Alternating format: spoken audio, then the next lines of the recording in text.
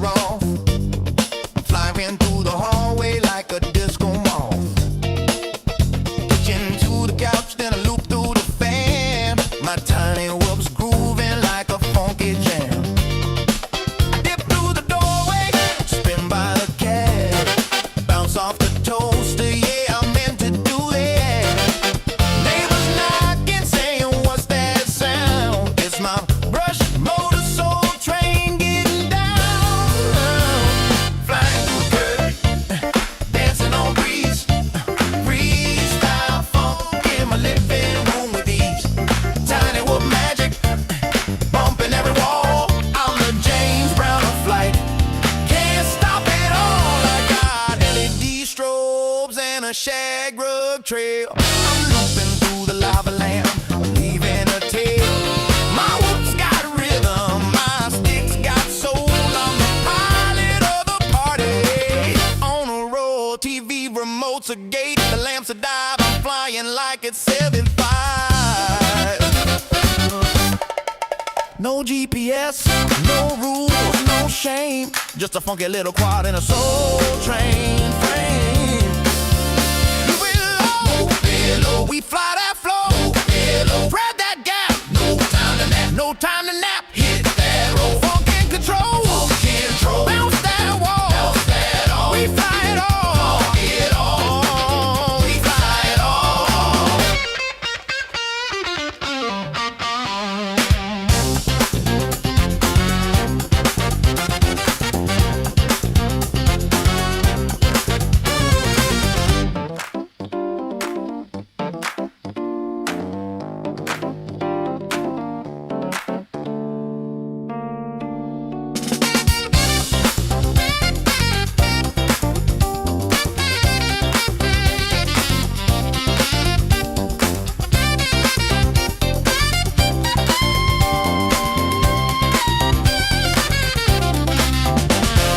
Tiny whoop love, funky and free. We fly indoors, we fly with glee. Whoop it, loop it, groove it, move it, bounce it, flip it, funk it, rip it, fly that soul, don't lose control. Tiny whoop love gonna make you whole. I thread the needle through the vinyl stacks, bounce off the mirror ball, never looking back. My quad's got soul, it's got style, it's got sass. It dips through the incense like a blast from the past. I'm flying figure eights through the lava lamp glow, dodging house plants like a funky pro. My whoop's got rhythm, my sticks got heat. I'm the pilot of the party with the grooviest beat. I loop through the hallway, I dive by the broom. I'm the It's even it up, disco hit on the ghost other in side. your living room. I hit that splitter over grandma's chair. She just claps and says, boy, you got Oh, flying freestyle with a velvet touch. My quad so smooth it don't need a clutch. From the shag rug to the ceiling fan, I'm the funky little fly with a master plan. The curtains dancing on the breeze, freestyle funk in my living room with ease. Tiny whoop magic bumping every wall. I'm the James Brown of flight, can't stop at all.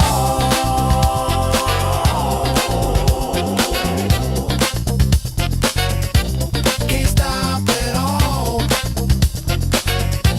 Can't stop at all.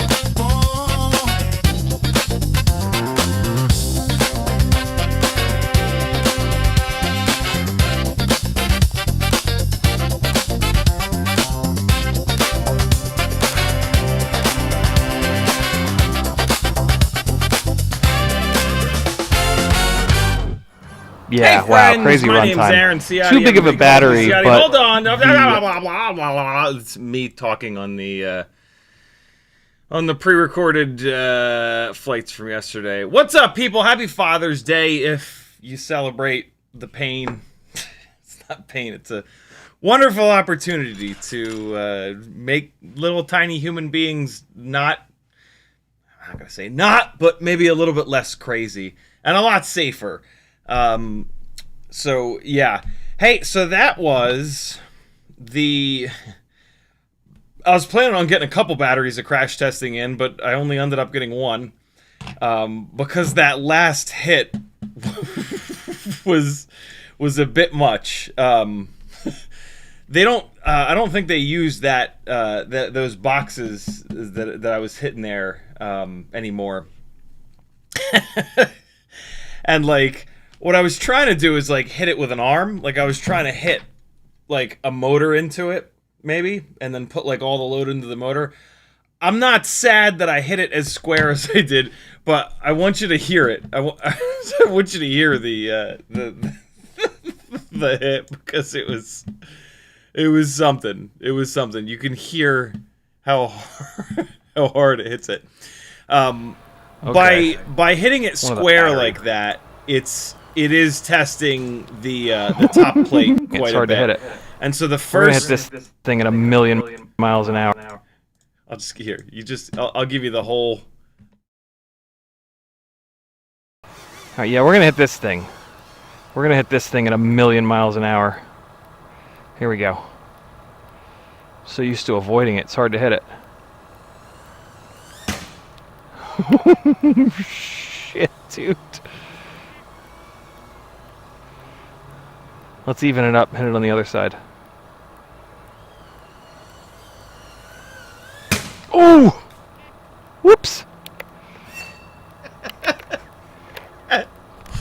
Yo, it like echoed through the neighborhood. That's the little microphone on the HD Zero goggles from like pretty far away. That does not do it justice. It hit so hard on that second one, and it just annihilated this battery. This battery does not live inside anymore. This is now an outside battery only, and I'm actually kind of terrified. It is at storage voltage, so it shouldn't shoot any fireballs, but I'm admittedly very creeped out right now peeling this electric tape off of it. But I've had batteries go off at storage voltage before, and they just shoot a bunch of noxious fumes. No big deal. But yeah, this battery is done. If you hit a battery hard enough to like really warp the cells like this is too much. Don't put this in a vise or anything like that to try to shape these back into shape. Just get rid of this. This is the kind of thing that will burn your house down. Speaking of, I'm gonna go put this back outside on a concrete block where it belongs. I had to show you the aftermath of that crash. Hang on. It's always that left front motor. That left front motor keeps dying. All right, the house is safe again. So yeah, I was hoping to get more than one battery's worth of crashes. The beginning of that battery, I was hammering it into those, we have like that valley between the street and our lawns for drainage, but then for the driveways, people pour concrete so that you don't jump down into it. And I'm pretty good at flying like a millimeter off the ground, and so I can drop down into that valley and just hammer into those concrete bastards, which feels like a pretty, I mean, that's to me, I try not to like, I want to break this frame. This is my frame here. This is the solid single piece baseplate version of it. There's also a split baseplate version of it. And like, I don't want to just like throw this up in the air and let it slam on the ground. Like I want to crash it while flying it, because those are realistic crashes, right? And like, I also don't want to just go out and plow it into that thing over and over again. Like, I've been trying to just fly the thing and just fly it really hard and let the crashes happen, because that's the most realistic crash, right? Like, we crash these things in very weird ways. We don't always just pile them into stuff face first. Sometimes we do. But other times we're going backwards from a Matty loop, Matty flip. We're going sideways, right? And so we put energy into these frames in all kinds of weird directions. And so up until yesterday, I have probably about a dozen batteries into this one. This is the build that I did with like old motors that aren't really relevant anymore, an old camera that I don't really care about, old electronics that I don't really care about. And so I've just been flying this way beyond my limits, typically at like jungle gyms and stuff, so that there's metal poles which hit really hard. And I'm probably about 12 batteries into that. And it's held up like phenomenal. Like the carbon fiber motor protectors on the ends here are absolutely taking a beating. That is the whole point. This is exactly what I want to see. But like, I need it to break. and I need to see where it's going to break. If it's like the base plate, that's a problem, right? Like we want the arms to break. The arms should be the sacrificial thing because they're easy to replace. And the lighter you can make an arm, the better the performance. And so like if the base plate is the thing that breaks, that's a big ass issue. So yeah, I need one of these arms to break, and I think one of them might be about to go. Whenever you crash a rig, when you're walking back or just at the end of that battery, at some point, put your middle fingers on the tops of the motors, put your thumbs in the middle, and just put some energy into it, all right? And you're going to see if one arm, you hold it up like this, and you can see if one arm, you can also feel, is weaker than the other. And then rotate it the other way and do the same thing. And when I do that, this arm up here is starting to get a little bit weaker. The other test you can do is to twist it. And sometimes in the twisting direction, you'll feel it more than in that bending direction. If you're doing it, if you're twisting it and it's obvious, that's a delamination that's happening. When the carbon fiber delaminates, it becomes really weak in that twisting direction. After that second hit, this arm LED popped up and out, and it ripped the one of the motor wires off here, so this motor would not spin anymore. So I need to fix that to be able to continue to bash on this and get it to break. But all four of these propellers I had to bend these propellers back straight a few times during that battery, and so all four of these propellers are pretty wrecked. So I'm going to remove all four of them. I'm going to replace these three, leave this one off because this motor needs to get fixed. And so yeah, I'm going to do that while I'm talking to you guys in chat. Speaking of, YouTube did the thing was first, Jimmy the Cow was next. Sporny, J-Tux, Brandon's Baked Beans, Mupshot, Level Up, Hendrix Freakazoid, Blueback, Uriel, Dagul. Who else do we have? Benny Bravo, Jimmy the Cow, Uke, Phil Bradley, Frank Dr. Nicholas, Andrew Taylor, Arthritic Seer. Two different people, Arthritic and Seer. Eco, Brandon's Baked Beans, Jumpstart, J-Tux again, Dagul again, Uriel, Brandon's Baked Beans, I think I got everybody. Brandon's Baked Beans says, fill those cracked arms with some epoxy. If there's no twist in the arm, then patch it up so you're not splintering further. So I use crazy glue. I've already done it on these arms once. Epoxy is probably a better idea. Epoxy is typically what they actually use to bond the carbon fiber layers together. But CA, or crazy glue, or super glue, or whatever, does an amazing job at holding carbon fiber back together. And so yeah, every time you go out and fly, when you bang up the ends of your carbon fiber arms, when you come home, get some parchment paper or some wax paper, run, so if my arms have the devil horns to really protect the motors, run a bead of it all the way around the arms, wrap it up in the wax paper or parchment paper, put it in a vise to push all those carbon fiber layers back together, and it'll be incredibly strong when you're done. It's like a super, super, super FPV life hack to do that, and it will make your arms last so much longer. Versus when you hit the arms, what happens is that the layers of carbon fiber delaminate, basically. They separate, and now they've lost all of their strength. And so, you do that, you hit that arm once, and then the layers flay out like this. The next time you hit it, it's just going to push all those layers down and smash right into the motor, and now your motor is done. And so, yeah, that is an important thing. If you keep doing that over and over and over again, your arms will get shorter and shorter and shorter. Your little arm ends will get shorter and shorter, but they won't just get completely demolished. If this gets bent all the way up or all the way down, it's pretty much toast. You can try to smash it back together, but you'll have so much better luck doing it after every single time that you fly the thing. And that's exactly what we're seeing on this. We're with those concrete hits mainly is what's doing this. This arm here is getting a lot shorter. And this one here, it's not necessarily getting shorter, but there's a bunch of carbon fiber missing from it. And so that was me flying yesterday afternoon. I need to see if I can push this back down a little bit here. And yeah, so I will CA glue both of these front ones. I don't think I hit the rear ones at all yesterday. This one doesn't look great. Apparently I did hit this rear one. And so here, this is what happens, okay? So see it flaying out like that? It's not tight anymore.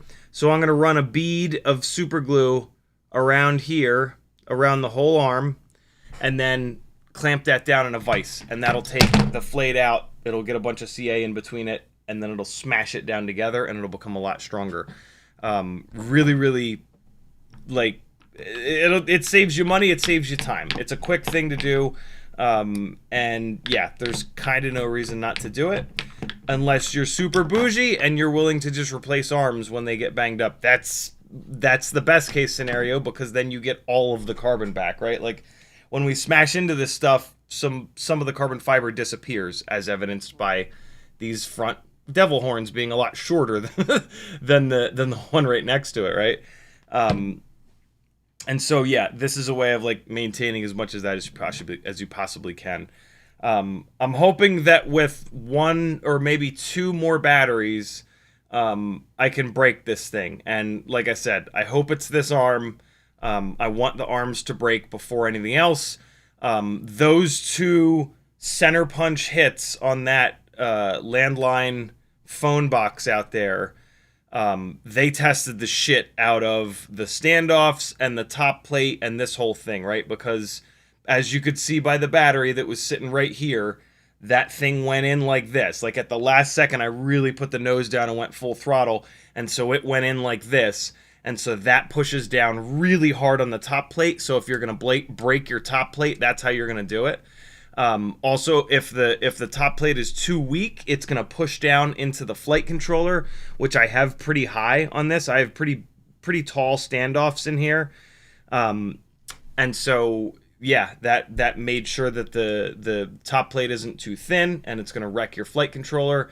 And it also, like, it tries to trapezoid? No, it tries to skew, I guess is a word we could use. The standoffs. This is what I don't like about M2 standoffs, right? Like this is, I consider this to be a school bus. I call this a school bus design frame, where the center section of the frame is just a fucking rectangle. And it relies, so when you bang the bottom plate into stuff, the battery pulls forward on the top plate, and it tries to do this to the standoffs, and then when you smash into stuff at an angle with the nose down like this, it pushes them backwards, and so you get this forward and backward force on the standoffs, and that can break the connection point where the standoffs are screwed into the top plate. It can also break that connection point on the bottom plate, although the bottom plate is usually way thicker than the top plate. And so that's another important part about crash testing for a frame, is to not to just only ever hit the arms, right? You're not just interested in the strength of the arms. And so, like, you know, printing the frame out with no electronics in it and just spiking it into the ground over and over again, sure, that's going to test how strong the arms are in this direction, right? Because you're going to be spiking it into the ground like that. But that doesn't test the arms in this direction. This direction, it doesn't test the center plate, right? That's not the best indication of how the thing's actually going to perform out in the real world. And so, yeah, I'd like to think that the way that I'm doing it is sort of the right way. It's the way more expensive way and way more time-consuming way, because you got to fix it over and over and over again. But you know, I think it's the best way of doing it. And thus far, I've been blown away. It's at a point, like, I didn't want to start doing crashes like that, but I can't break the damn thing otherwise. And so I'm going to start doing full throttle, full speed crashes into stuff in a bunch of different orientations. I'm going to start to like flip it around right before it hits, so that instead of putting all the force this way, it puts a bunch of force this way, until it breaks. And then I will contact Ryan and say, yo, how do we get this thing out into the world? And then you beautiful people will be able to buy it. And then the real pain will begin. Because when you sell a product, that spawns a ton of angry people, a ton of happy people, just a ton of people that have something to say, and that takes quite a bit of time. But it is, it'll be cool to put something out into the world that I've been working on with various people for the last 5 years.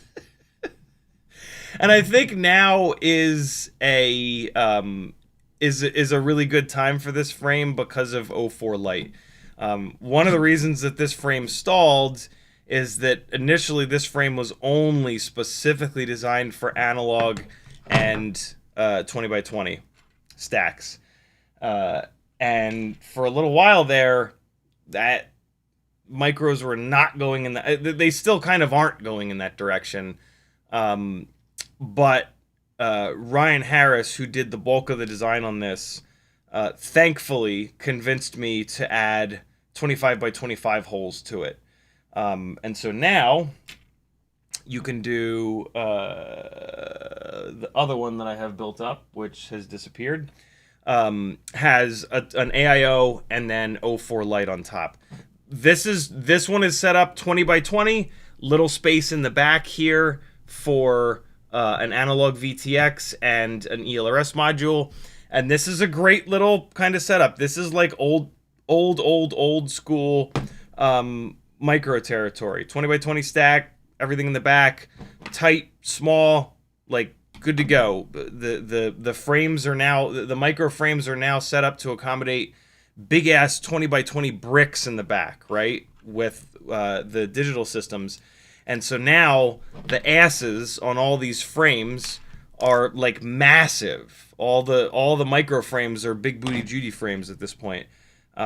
This is not like that. This is like old school BQE Ripsqueak style, Rotorius CB122 kind of style. And so yeah, that was kind of like the ethos behind this frame. And like I say, thank God Ryan convinced me to do the 25x25 because this is a perfect setup for that double 25.5 by 25.5 stack. And the 04 Lite fits beautifully up front. The Flywoo camera should also fit up front. At some point here, I'll test that. And then, yeah. The one of the things that we do need to figure out that I'm going to be bugging you guys at some point here for is some 3D prints. It's set up with just regular old front standoff so that you can adjust the deck height to your heart's content. And so there are some Thingiverse files for these really simple front standoff loops, but there's a couple little improvements that can be made to that, so we'll deal with that. And so yeah, I'll be bugging you beautiful CAD designers to help a brother out. Daytona Jim with a $4.99 super chat. He says Happy Father's Day. Thank you, brother. Okay, so what did I just do here? Did I put screws into a banged up prop? I think I did. I took the screws out of a banged up prop and I put them back into the banged up prop. Did I do that twice? No, I only did it once. In the chat, if you want to talk directly to me, type at CiottiFPV. If you want to support me, go to CiottiFPV.com. Lots of different ways that you can support me. It all means a ton to me, and it's the only way that I can continue doing this full time.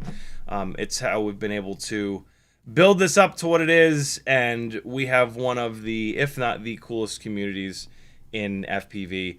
Folks that are looking for the good answers to questions, folks that are actually willing to watch long-form content to learn, rather than, short-form content being a lot of times more about just like quick wins and just like, I want the answer to the question. I don't care why. I just want to fix it and move on. Yeah, here we dive into the why so that every single time something happens, you don't have to look it up and hope that the answer that you find is the right one. If you actually learn about this stuff, then when problems happen, which is constant in FPV, right? Which is why this is so important in FPV. You'll be able to actually work your way through a troubleshoot and fix it without relying on some rando on the internet that may or may not know their ass from their elbow. Many of which, unfortunately, don't, but still are desperate to feel and look like they know a lot, and so they'll talk very confidently about things that they know very little about. Just search for the Dunning-Kruger effect if you want to learn more about that. And so, yeah, that's where we're at. I got 3 new props on. The other thing we're going to do if we have some time is another Betaflight setup on this guy. This is going to be a build that I'm selling. We'll talk more about that in a minute. And I think I have some flight footage from this guy. I forgot. I forget what I did and didn't fly over the last couple of days. This is the Baby Turtle 2-inch. I think this is the Pro. It's on analog right now. The Baby Turtle frames, the 2-inch Baby Turtle frames, only support 3-bolt motor mounting. And these 1103s are the biggest motors I've been able to find that have that 3-bolt motor mount. These are actually the Aquila 20 motors. They're 1103. I think they're 11,000 kV. They make really, really good power on this.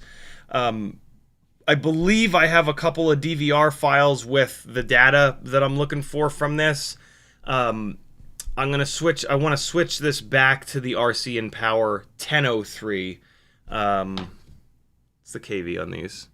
I think it's roughly 10,000 kV.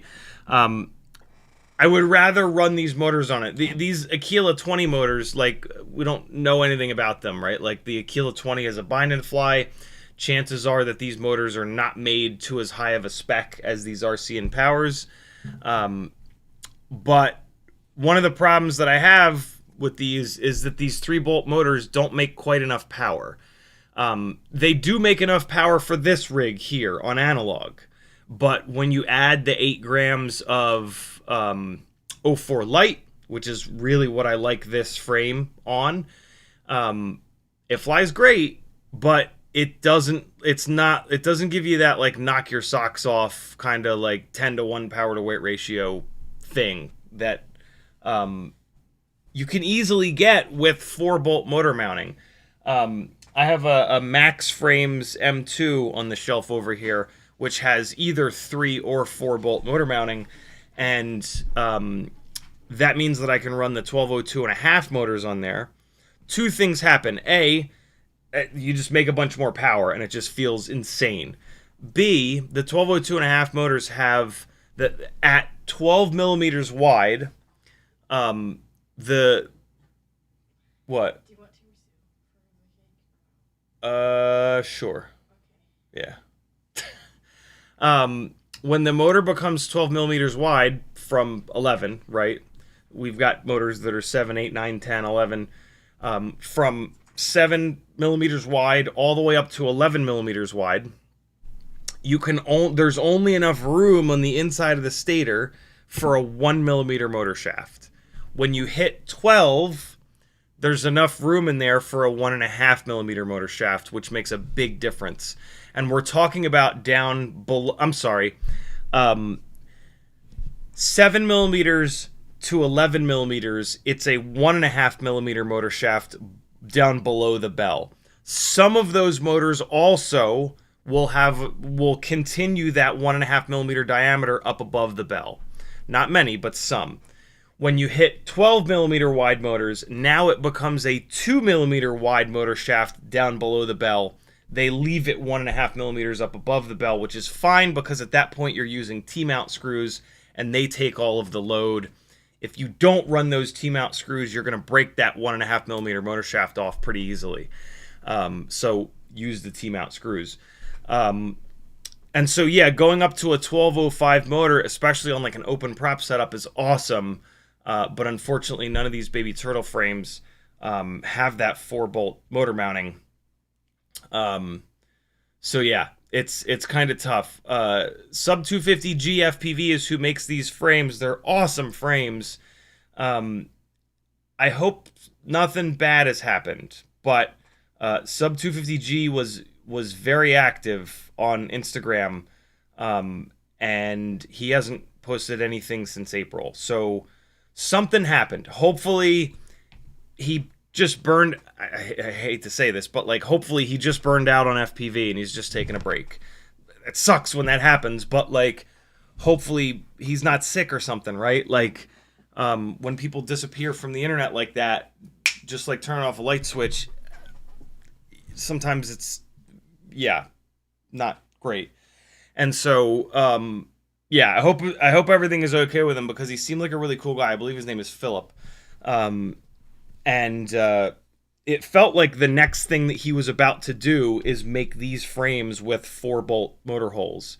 And him and I were kind of talking about doing a little collaboration, like a little CiottiFPV version of the frame, and I was kind of hoping that would be my version of the frame. But yeah, first and foremost, I hope everything's okay with him. But for right now, for a 2-inch open prop frame, the Sub 250G FPV frames are not the ones if you want to do that 4-bolt motor mounting. Again, all that being said, this rig with 04 light, like fully loaded down with the RC and Power 1003 10,000 kV motors, was awesome. It was great. That's what I was flying in at the Sunny King Alabama Criterium race. And they took a bunch of shots from the damn thing for the live stream being watched by thousands and thousands and thousands of cyclists. It was what I was flying on that Florida trip, ripping around in like 20 miles an hour of wind. It flies great. But yeah, I want a little bit more. To be honest, what I want is the durability. The extra power of the 1202.5, it's nice, but what I want is the durability. And so, yeah, I got to find another. Max from Max Frames is going to make a short run of his M2 frames with the carbon fiber rotated 45 degrees from normal, which in my opinion puts it in the correct direction. And that is probably where I'm going to be transferring over that 04 light build too, for like the sort of perfect 2-inch build, hopefully. Or there's another 2-inch frame. Of course, I immediately forget what it's called. One of the things that I'm really looking for is a frame that will support these Flywoo 04 light holders, because these little guys allow you to run an ND filter, which is just so nice. So that's, yeah, whatever 2-inch frame that I can find that there's a way to set it up to use this. Unfortunately, this frame, well, I mean, the biggest problem with this frame is the 3-bolt motor mounts, right? But the Max Frames M2, this is too wide to fit between the front standoffs. This is the Max frame. And so, yeah, like if you look like that, you can kind of see. Yeah, it's hard to show it, but it is ever so slightly too wide to fit in between these standoffs, at which point you have to hang the whole thing out the front, and now it sits out in front of the arms, and that's a great way to destroy a lot of cameras.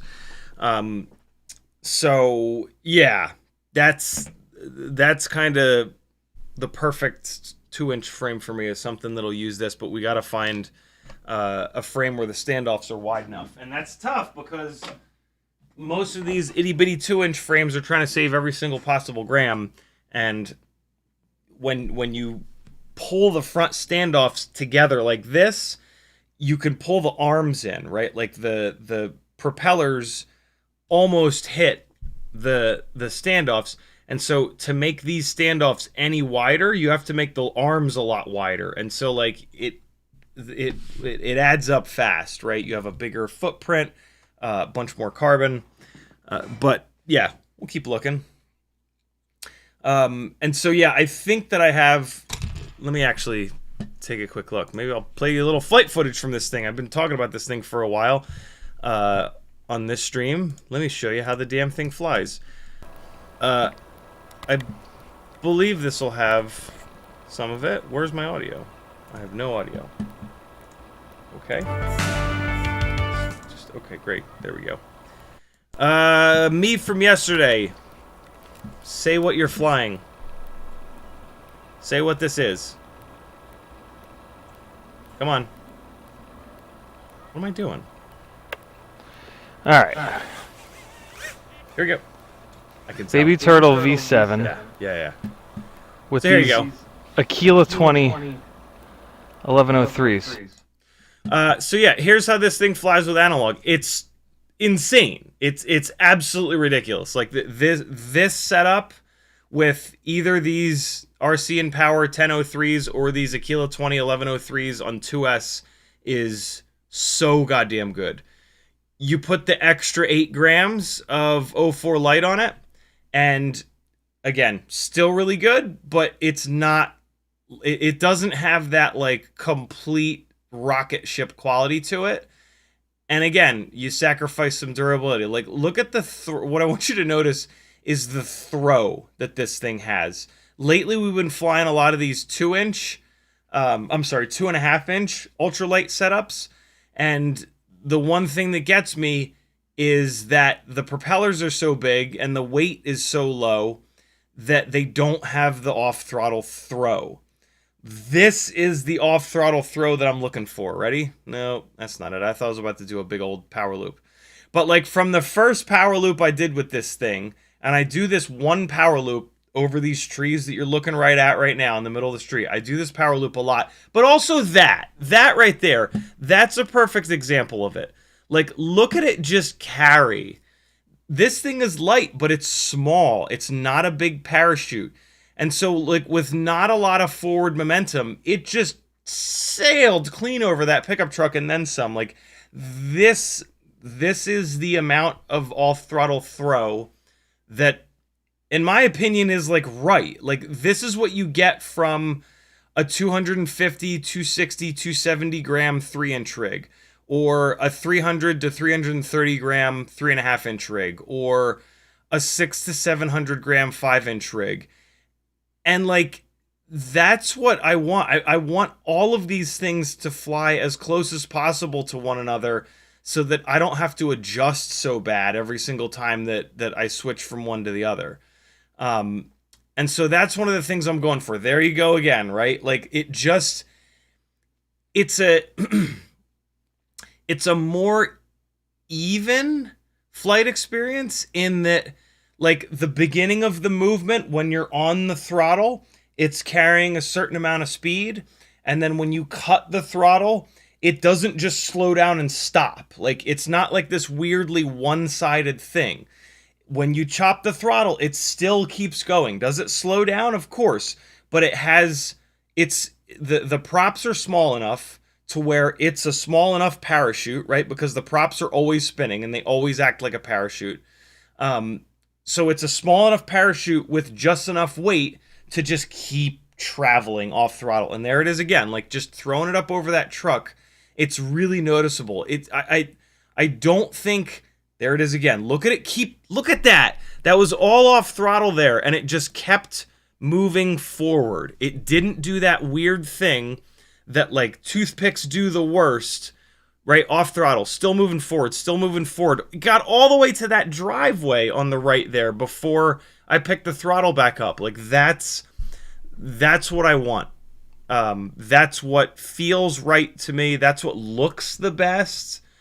To really be honest, like, I like the way that looks. When they just stop in midair, you lose a lot of that wow factor of like, holy Christ, like, you know, we turned off gravity, but we're still moving forward. But like, what's happening here? I don't know. It's just, it's the way that it should be. And so, yeah, 2-inch rigs, man. The 2.5-inch rigs on analog like this, in my opinion, are definitely too light for the size of the prop. When you load those 2.5 inch rigs down with 04 light, it gets a little bit better. It gets a little bit better yet when you do it with the Flywoo bigger front camera, but it's still not this good. I would rather have a 2-inch setup with 1202 and a halves. That's like maybe a little bit too heavy for the size of the prop than the 2.5 inch setups. Also, with these 2-inch setups, we're running a smaller motor. The all-up weight is less. You can run a smaller battery. And that puts you in this really cool ballpark where you can run these 2S 300 up to 450 mAh batteries, which are also the batteries you can run on your 2S Tiny Whoops. And so you don't have to have a separate set of batteries for your open prop setup and then a separate set of batteries for your Tiny Whoop, which is always like really, really nice. I really like that when I travel sort of for fun. I will bring the most minimal gear setup that I possibly can. And what that tends to be is this 2-inch 04 whoop and then a 2 or 2.5 inch 04 open prop setup. And so if I go out and fly and it's really windy, I fly this. If it's not windy and I want to do like really in quarters tight flying, or if I want to fly like inside of a hotel, it's this. And being able to use the same batteries is really cool, right? You either just charge up 4 or 8 of them and bring them, and then when they're dead, and you're done flying for the vacation, or you bring a little toothster. What I like is I'll bring a toothster with a lithium-ion 6S lithium-ion XT60 battery, like 2500 mAh, and just put the whole thing into one of those little Kevlar battery bags, and you've got everything you need. That lithium-ion battery will charge those 2S 300s, 2S 450s a bunch of times before it's dead. And you've got a wireless, simple, solution. You could certainly also...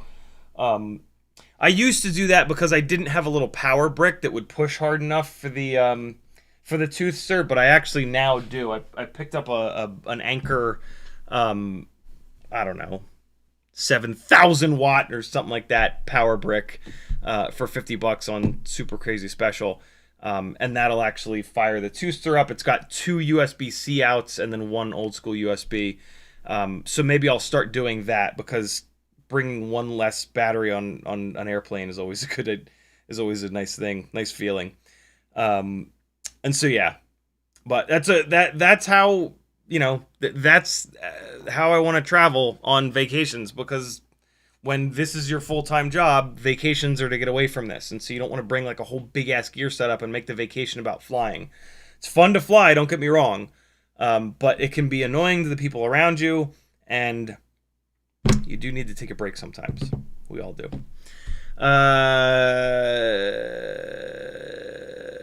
Jimmy the Cow says, moo! He also says, flew an analog 2S on biblades yesterday with those Robo 1003 14,800 kV motors. Holy cow, they rip. They do indeed. Yeah, that's a cool setup. I am... that is one of the next setups for me. I got a set of these Gepar C 1202 and a half 15,000 kV motors that I've already put the 2015 biblades on, and these are going to go on either this guy that we were just watching, or they might go on the Max Frames. They will not go on the Max Frames M2 because these have motor plugs, and so I think they'll actually go on here first. I think I prefer these tri-blades, but it'll be interesting to see what it's like on the biblades for extra. It'll work better in the wind on the biblades. The wind is something that, when you have these itty-bitty rigs, becomes a really big problem. I've been super impressed, actually, by how well they perform in the wind, but there's only so much. Flying this at Anniston and flying this at Tulsa Tough, live broadcast gigs, back to back with the 3-inch and 3.5-inch AOS Cinas, was shocking at the difference between something that, like, these two should be better in the wind. They don't have a gigantic piece of carbon fiber going all the way around the outside of them, but they're just way lighter, and they got the absolute ass kicked out of them way worse than those prop guarded rigs in the wind. To be sort of expected, but still, that's a good reminder that the all-up weight of a rig has a lot to do with how it performs in strong winds. I will not be putting the GEP RC motors on this because they are 4-bolt and this only takes 3-bolt. This is getting these RC and Power motors because, yeah, I don't want to destroy the Aquila motors, and I want to compare them. There's a chance that the RC and Power 1003s make just as much, if not more, power than the Aquila 20 1103s because, like I said before, the Aquila 20 is a super beginner rig. It would not surprise me if the motors that they made for it are made as cheaply as possible to suit the fact that it's a super cheap beginner rig. Jimmy the Cow also says, finally broke the frame, finally sell us your frame. Not yet, still working on it. Brainswick Bean says, oh no, that pack is sadness indeed. Uriel says, maybe a small V slot over the arm braking line has to be only little one V line. It's an interesting idea. Over the years, I've had the thought before of, like, where can we put something into these builds to allow it to break.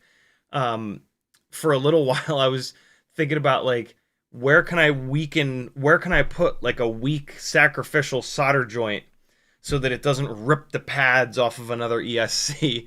I ended up realizing that that's probably not a great idea because then you've got basically a cold solder joint that could fail at any time. But yeah, giving these things a spot to break is not a terrible idea. In my opinion, that should be baked into the frame design. And so, like, if these arms are too thick or too strong and something in the middle of this frame breaks, I'm going to take that opportunity to thin these arms out. And the arms are the thickest carbon on the entire frame. And so if you can lose any material from the arms, it's going to make the biggest difference in the frame design. Also, the weight of the arms is weight that gets moved when you pitch, roll, and yaw. And so the arms being as light as possible is a really big deal. That is why most frame manufacturers don't do the devil horn setup here, because this is a lot of carbon all the way out on the end of the arm. And so you can make the frame perform better, especially like in black box logs, for example, if there is not a double thing out here. But having this double thing out here saves motors, and that's more important than... And you can fix the frame being a little bit too heavy with just bigger, more powerful motors. And so to me, having better motor protection is more important than having a slightly lighter end of the arm. But yeah, the arms should be designed so that they are absolutely as light as possible, especially if you're going to have a big chunk of carbon out here to protect the motors, right? And so the crash testing, you know, needs to break. I need one of these arms to break is basically what we're getting at here. Brains by Beans talking about, yeah, good call. I've never done it, but I did see somebody do that a little while ago. You can use baking soda to like instantly dry super glue, CA, but it also adds some like substance to it. So like if you have one of these arms that's getting mangled like this, when you put the super glue out and around it, you can then sprinkle some of the baking powder on there, and it'll give it a little bit more body. It'll give it a little bit more like ass. Doesn't make any sense, but I like saying it. Yeah, very, very cool little trick. Uriel says the idea with plastic bolts is not bad. I think what he's talking about is like you could use there's all kinds of discussions with like within frame design of like how do you test it, right? Like how do you crash test it? One of the ideas is that you 3D print it out of like PETG and then fly it and crash it, and like it's going to break somewhere and you're not going to have to hit it too hard to break it, and then you get some idea of where it's going to break. Carbon fiber is a different material than PETG, and it is not. It is very different in that it doesn't have those layer lines, right? That's, to me, that's going to be the biggest difference. And so, the best way to test these is just to build one and smash it and fly it hard and let it smash into stuff. One of the other theories is that you use all plastic hardware on it and you see what hardware breaks. Again, plastic hardware, you know, you've got a strong frame with really weak plastic hardware. Of course, the hardware is going to blow up. I don't know how valuable that data would be to the frame design. But you know, all interesting ideas. This is how I'm choosing to do the stress testing on it. Maybe it's the right way, maybe it's not. But this is, you know, it's my frame. I'm going to do it the way that I think is the best. Uriel says the Flywoo 04 set you used camera, but the rest, was it usable? Yes, the Flywoo 04, Uriel very kindly sent the Flywoo 04 setup. Yeah, it's getting used quite a bit. It's awesome. Absolutely love it. I actually lost the UV filter off of it the other day, so now I have an excuse to although the ND filters are sold out at the moment. But yeah, I need to do an order for some ND filters. And I would actually love to, I'm going to turn this fund, actually, I'm going to change the name of it right now. This is no longer the 04 fund. This is going to be the Flywoo 04 fund. Because I want to put one of the Flywoo units into my frame. I think that might be a really, really cool setup. Gear fund. So this is going to be a, speaking of Flywoo, oh my god, I meant to talk about this on Friday's stream. Flywoo is taking 04 Pros and fixing them. They're taking 04 Pros and swapping the gyros out on the cameras. Which, like, holy shit, thank you, Flywoo, for listening to us and, like, doing, like, it's unbelievable that we have to celebrate this still, this being FPV manufacturers actually listening to us, but here we are. B, it's a little bit of a middle finger to DJI in that, like, I think DJI's stance is that, like, they had to change these gyros. They had to go to this different gyro because they can't get that old gyro anymore. Then how the hell is Flywoo getting it? Flywoo is a very small company compared to DJI. The 04 Lite is the video system on the Neo. The Neo is a product that they make thousands, if not tens of thousands, if not hundreds of thousands of, right? And so for DJI, I'm sorry, not the Lite, the 04 Pro is something that's in the Avata 1, and I believe the Avata 2 as well. Wait, no, was the Avata 1? Whatever. It's in one of the Avatas, which is a massive product, right? And so for DJI, if they can't get 10,000, let's say, of the old gyro that they were using, they can't just, like, you know, they're not gonna just put the different gyro on just the FPV 04 Pros, right? And so, yeah, we can't, like, hammer on DJI about this. they're working at an entirely different scale than Flywoo. We're just super lucky that a company like Flywoo is willing to take someone else's electronics, put it into a hot air station, and have folks that are trained in SMD work to remove the one gyro and replace it with a better performing one. Pretty impressive that they're willing to do that. You could totally argue that that's going to wreck the reliability of it, and you wouldn't necessarily be wrong. You could actually argue that it could improve, because Flywoo is doing that by hand. And, you know, if you're they don't make them like they used to kind of person, then you like shit that's made by hand. And you might not be wrong, right? Like, Flywoo might replace that gyro and get a better set of solder joints with their hot air station than whatever mass production method DJI is using, right? Or it could be the other way around. Every time that we put heat into these electronics is not great. And so, yeah, putting a hot air station, putting a rig under a hot air station, blowing a bunch of really hot air on it, it's not great for it. It doesn't make it better unless there were cold solder joints before or something like that, right? Hopefully that makes sense. Mike Bravo with 100 PLN super chat. He says 1003. You mentioned how much KV? So basically on 2S, you want 10-ish thousand KV if you're going to run tri-blades, 14 to 15,000-ish KV if you want to run bi-blades. That's the super easy rule.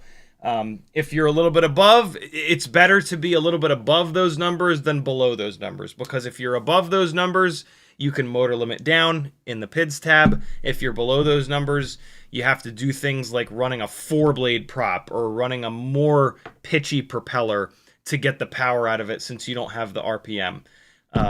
And that limits you. You know, having more KV than you need, you can run any propeller and you can just adjust your power digitally. Too little KV, you have to adjust your power mechanically, right, with different propellers, and that just limits your options. Shelby Vole says, Happy Father's Day. Happy Father's Day to you as well. The Bruce as well. I'm going to leave it there. Smirk Station as well. A lot of people are saying Happy Father's Day. Happy Father's Day to all you beautiful bastards that celebrate it. B-Bird says, I need that t-shirt. You can find it. This is a super popular t-shirt on the internet with all real things written on it that if you don't believe in, how the hell are you in FPV? If you don't believe everything that Neil deGrasse Tyson says, how on earth are you in such an engineering heavy hobby? Like, how do you not believe in FPV? Because FPV is based solely in science. And, you know, if you don't believe most of the things that Neil says, then you kind of don't believe in science. So that's kind of crazy to me, but alas. Jimmy the Cow says, I flew a nuclear power plant yesterday with permission and posted a I thought that was aspect ratio. I thought it was a 1 to 41 aspect ratio. It's a minute and 41 second video in general nonsense for your enjoyment. Moo. Very cool. Was that a paying gig? I mean, if it was permission, I have a feeling it was. That's awesome. Four Flies says, could you explain the 45-degree carbon fiber frame design again, please, relative to the quad's orientation? Should the fibers run front to back or front right to back left? So I have both frames sitting here that I need. No, I put the one back. I can literally show it to you. So here are two. Which frame? I want to give the max frames the best chance. Are these the same frame? They're not the same frame. Okay, so these are the most similar. In fairness, the center section of the sub 250G frame, this diamond shape here, it is bigger than the max frames. And what that means is these arms are a little bit shorter. But These arms are thinner. And so I think that kind of evens out. But on this frame, you can see the carbon fiber strands are going in the diagonal direction. Oh, let me get a little bit closer there. There you go. Okay. And so the carbon fiber strands are going like this. And so they are going the length of the arm. And that carbon fiber strands are the strongest in that direction. And so with the carbon in this orientation, when I take this frame and I put some force into it, it barely bends. Like there's a tiny little bit of a bend to it, which I don't know if you guys will be able to see, because every time I pull down with my index fingers, my thumbs kind of give way. But hopefully you can see that a little bit. I'll put a bunch of force into this. Right? I'll use middle fingers and I'll put a whole bunch of force into this. All right, that's me pulling really hard. You can kind of start to see it bending there. The Max Frames has the carbon fiber weave going north, south, east, west, not the length of the arms. And when I do that same test with this frame, I actually can't. If I put the same amount of force into this, I'm pretty sure it'll break, but I'll put a good amount of force into it, and you can very obviously see how much it bends. That's not me putting all the force that I put into that. Again, in fairness, these arms are longer, but they are wider. But in the last decade of FPV, I have seen frames with both orientations. North, south, east, west versus the diagonals. And the long and short of it is a known quantity in the world of carbon fiber that where you want the strength is where you run the carbon fiber weave, right? And so like I have this big long background in motorsports, and this is something that's all over the place in motorsports. So with like splitter designs, with rear wing designs, areas that generate massive thousands and thousands of pounds of aerodynamic downforce. This is really important to keeping the carbon fiber strong and to keep it from bowing, right? Like you make this massive fucking front splitter out of like sometimes foam core carbon fiber to keep it as light as possible, right? You want the splitter sits all the way in the front of the car. That's the worst place for weight. And so splitters need to be as light as possible. This splitter up in the front of these cars at triple digit speeds is generating literally thousands of pounds of downforce.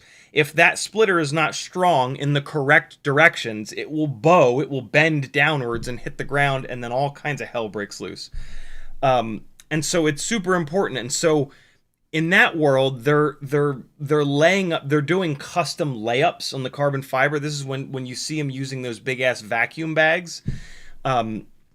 And so they literally, like, they make a mold or a buck, and then they lay the carbon fiber in there one sheet at a time.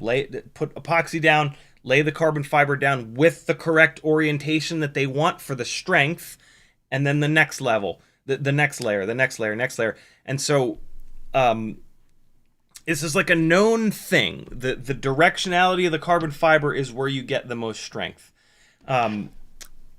And typically with frame design, we want as much strength as we can possibly get in the direction of the arms, because the motors and props are going to vibrate like crazy, and you want to isolate those vibrations from the central stack. What's interesting about this, and so over the years, basically, the frames that I've run with the carbon fiber going north, south, east, west, not the direction of the arms, what happens is the arms are a little bit floppier, and eventually the arms bend, and then the individual layers of carbon fiber start to delaminate. When you hit stuff, that also happens. The carbon fiber rods are very strong right up until the point where they break, and then they're broke. It's not like metal where you can bend it back and it's kind of fine. And so you don't want to let them bend too much, because then they break and it's game over.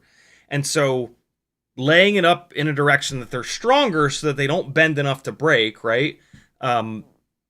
It has been sussed out, like I said, over the last decade of progress in FPV, to be the best idea. But what's really interesting is that is assuming that you're making the arms as thin and as light as absolutely possible. If you make the arms bigger than they need to be to offset the fact that you're losing strength from rotating the carbon fiber, which it seems like is what has happened with this Max Frames M2, what happens is that the arms are still strong enough, and when it crashes, the arm bends more, as I just showed you. And when the arm bends like that, it's going to absorb some of the force more slowly. That could potentially save the motors, which is kind of nice. And it's just a really interesting scenario. Also, when the carbon fiber is going diagonally like this, it makes the arms more resistant to twisting.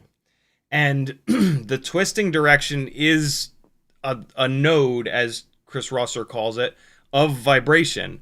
And so this frame actually does really well at isolating from twisting vibrations.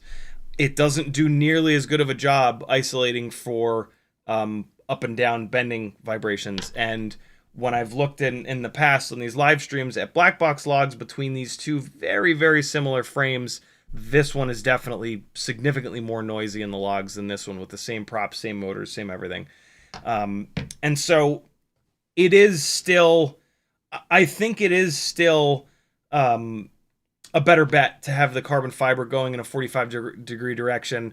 I had this conversation with Max from Max Frames, and all of the testing and all of the development that he's done on this frame is with the carbon fiber laid up like this.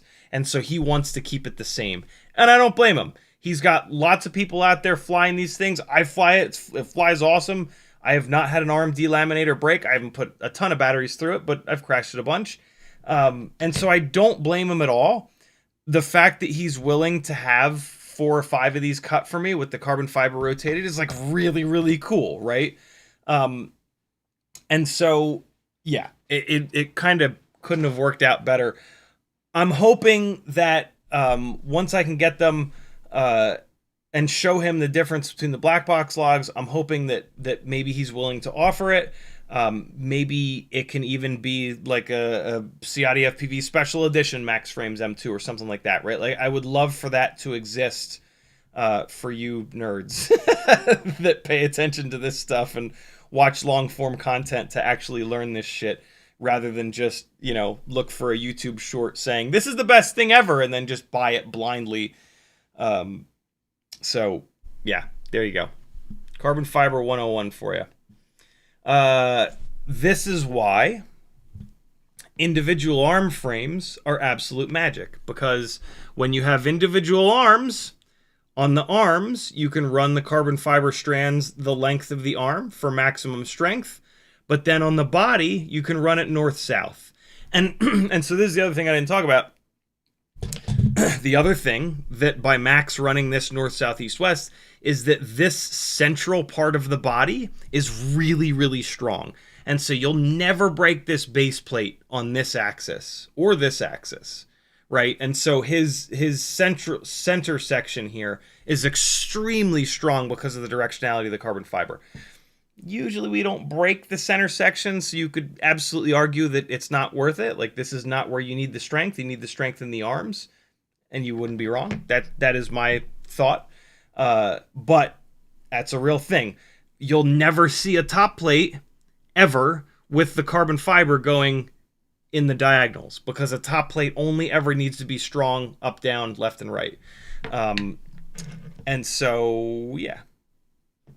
But with that's why I think it's really important, as small as you possibly can, to go to individual arms, because with an individual arm frame, you've got maximum strength with the directionality on the arms themselves, and the base plate, and the sandwich plate, and the top plate, right? Well, I mean, always the top plate, but yeah, there you go. You probably will never see an individual arm itty-bitty frame like this, because when you do an individual arm frame, you have to have a bunch of extra hardware in there. And on a frame that's this small and light, that makes this frame not very small and not very light anymore. And so it's a space and weight constraint. if I had, yeah, that would be cool. It would be cool to see it. Because as I say that, I realize that, like, if we were to do like a 2-inch build with 4-bolt motor mounting, we've got plenty of 1202 and 1203 motors to make the power. You could probably actually pull that off. And then you'd have the best of all worlds. But a very simple frame like this, you break the base plate and you have to switch the base plate out, it's actually not that bad, right? It's not like these other builds that have like a VTX in the back that's screwed down with 4 screws and then like a flight stack up front which has like spacing, and it's, you know, tearing something like this down to swap the base plate out is nowhere near as painful. It is still painful though, right? Because you got 16 screws on the motors. Is that the right math? Yeah, 16 screws on the motors, 4 here, 2 up front, another one in the back. Like it's you know, it's an hour of work, maybe. It'd be way nicer to just unscrew one arm in the field, right? Like that's the other thing. You're not going to take this apart out on the flight field and swap the base plate. You're going to lose the screws. It's just going to be a nightmare. Whereas swapping an arm, you'll absolutely do that in the trunklet of your car. You know, like that's no big deal. And that's a big deal.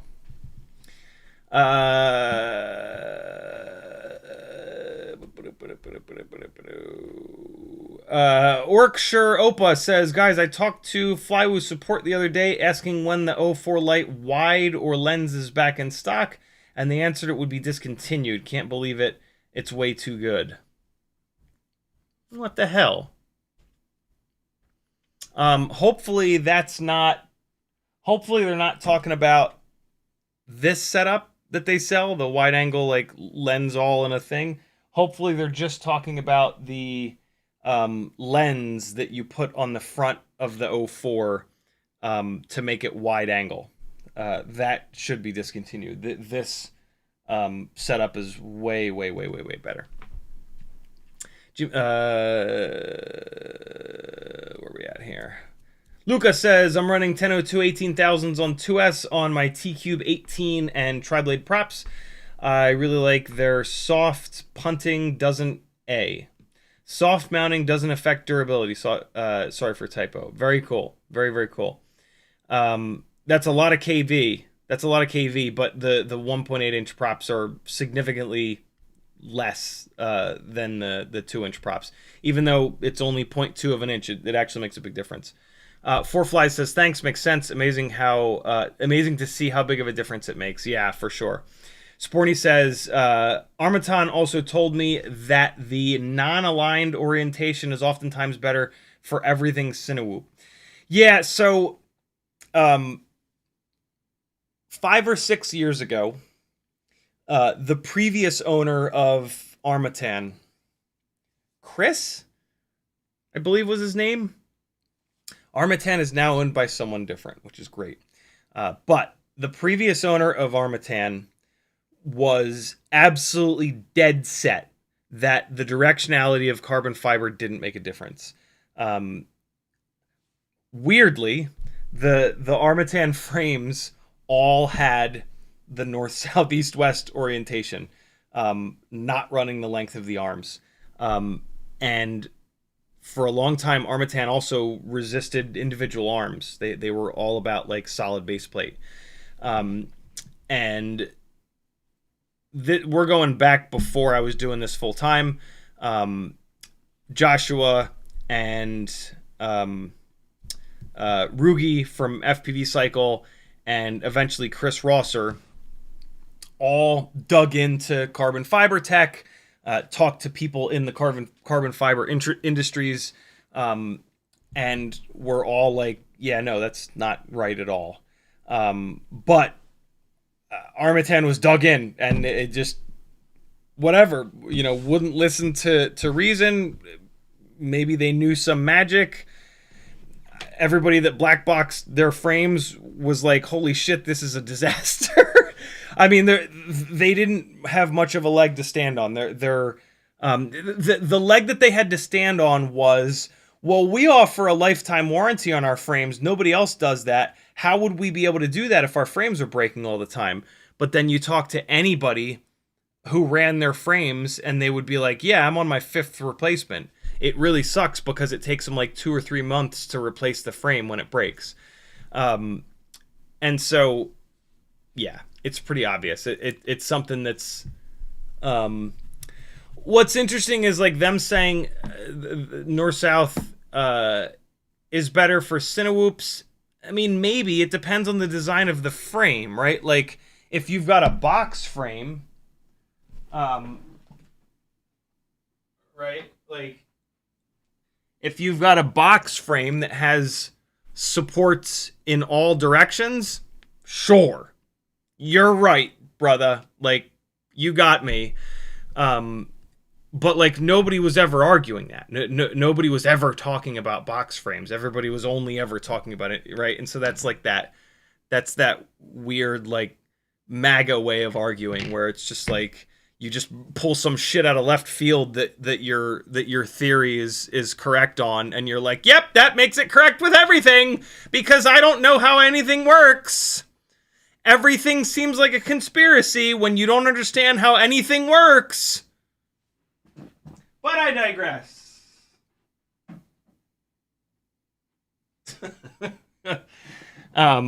So yeah, luckily, Armatan is now owned by someone else, who I have heard has a functioning human brain.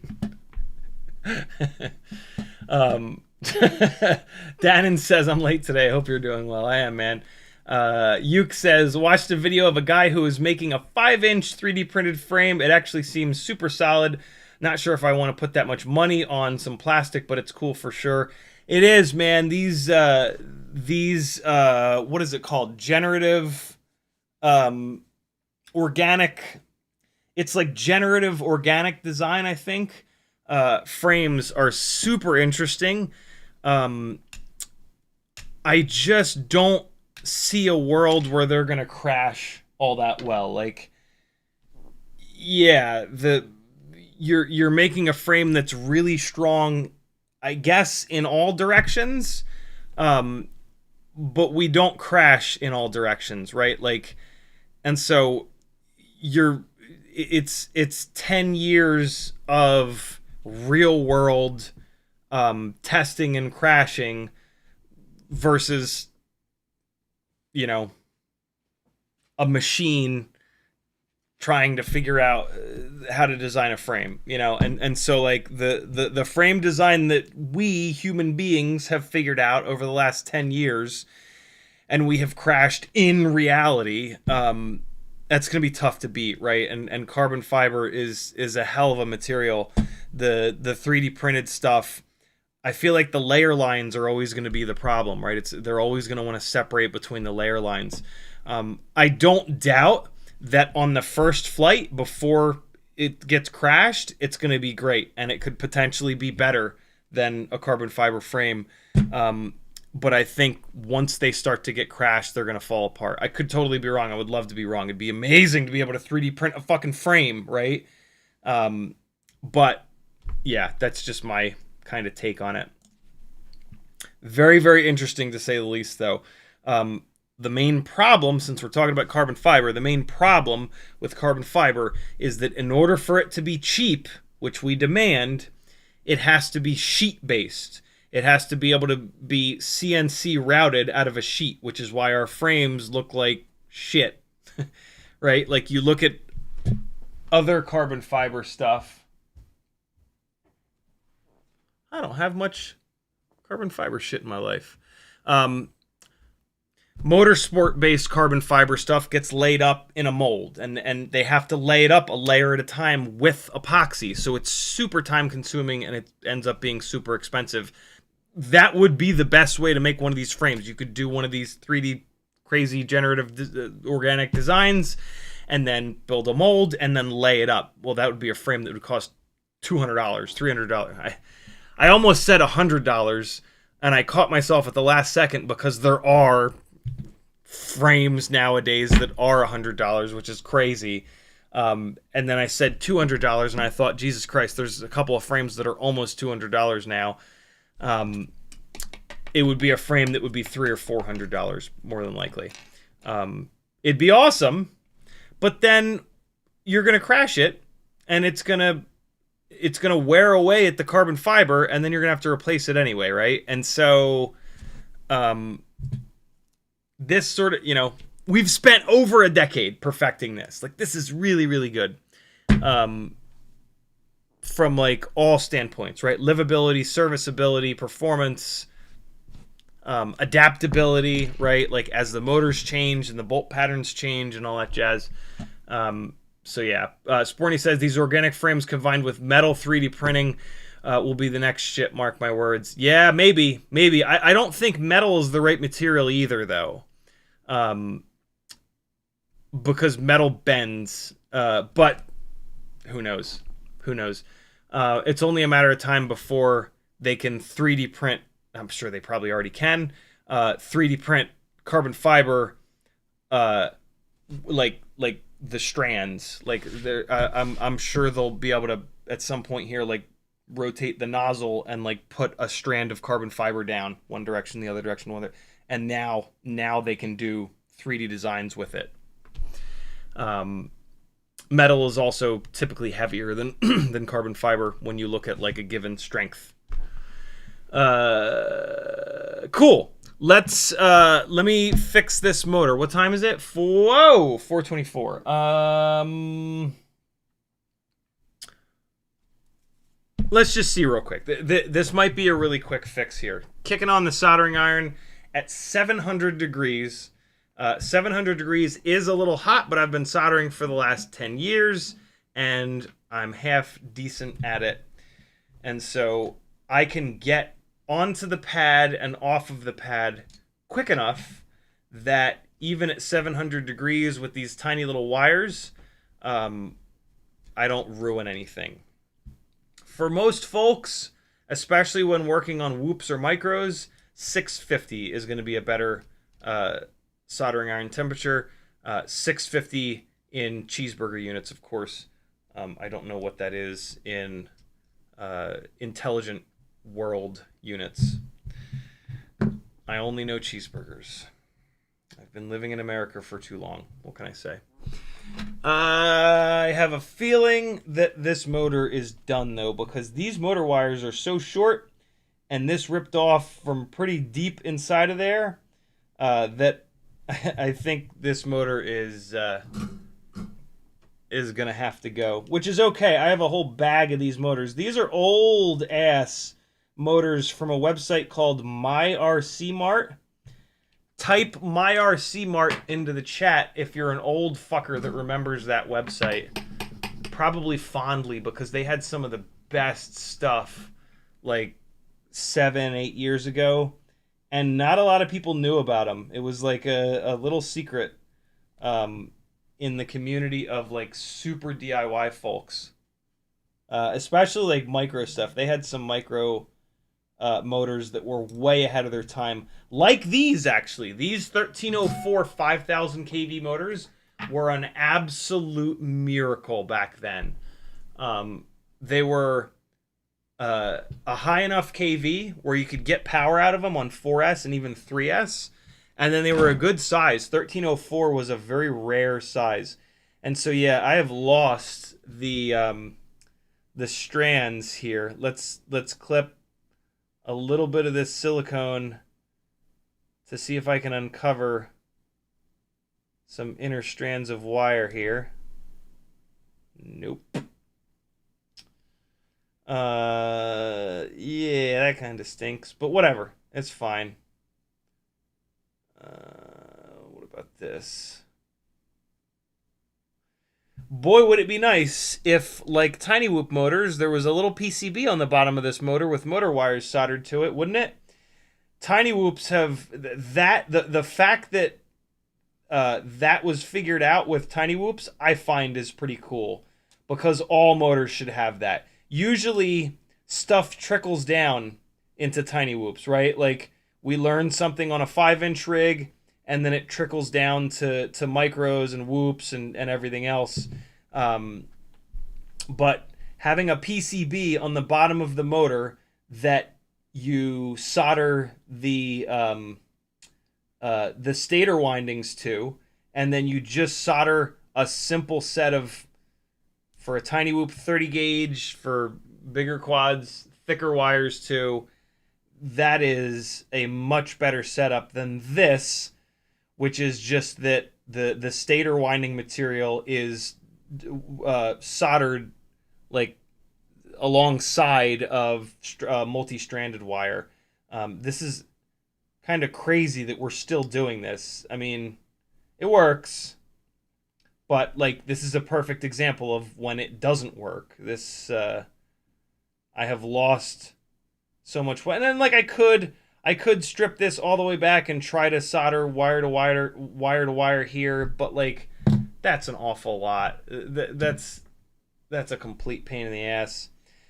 So instead, what I'm gonna do, this bell seems to not be bent, and so I'm just gonna remove this bell, and I'm gonna do it with these new Lindstroms that I haven't used yet, and I'm gonna see if these will grip the C-clip like the old Lindstroms. It did indeed, and then it promptly dropped the C-clip inside the motor. That's awesome, but we got it.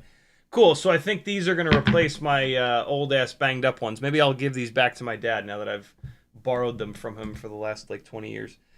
I should have mailed them to him for today, for a Father's Day present. That would be pretty funny. So the bearing actually came out. That's kind of fun. Let me see if I can get the bottom bearing out. It would be nice to have an extra set of bearings from these. Hey, look at that. Cool, so the bottom bearing came out too. So yeah, this stator is just kind of dead because I'm not willing to go all the way down the rabbit hole and strip that wire back and connect another wire. I have so many of these motors, and like these motors they're old enough that they really don't make enough power that like I want to run them on anything modern. The modern motors are so much better in terms of power to weight. And so like a modern 1304 motor would put this one to absolute shame. Just because we've gotten a lot better at making these motors. Like we've really figured out how to make these itty bitty outboard motors perform really, really well. I'm going to try to use these pliers here to put this C-clip back on. I don't have to do this, but I love putting the C-clip back onto the bell like this so that I don't lose it. There's no way of losing it if you do this. And so, yeah, sometimes this is a little difficult, but if you stick with it, you'll get it. What I usually like to do is get the C-clip to sit. This goes for like if you're putting a motor back together just in general. If you take really fine tipped tweezers, what you can do is get the C-clip to sit in the groove like that, and then you can take your pliers and one side goes on the back of the C-clip, the other side goes on the shaft, and then you can mash them together, or you can bend the C-clip, or if you're really lucky, you can shoot the C-clip across the room, and then you don't have to worry about this because it's gone forever. You'll never find it in the carpet. And so I'm going to try this one more time, and then I'm just going to give up, and I'm going to put this C-clip in a little plastic bag. But I always have to at least be stubborn for a minute at first. Sometimes it pays off. Like this. This time it paid off. There you go. So the C-clip is on the bottom of the motor. Save this. It's got two perfectly good bearings, perfectly good bell. But I need to swap the motor out on this, and I'm not going to do that today. We are going to dive into a quick Betaflight setup because I put it into the stream title. And then we're going to fly a couple batteries, and then we're going to all go enjoy the rest of our Father's Day. As soon as I stop live streaming, I'm going to give my dad a call. I wanted to call this morning, but I just could not get... I'm running on 4 hours of sleep right now. I could not get fucking sleep this morning. It was really frustrating. But I kept trying, god damn it. Sometimes you just gotta keep trying, you know?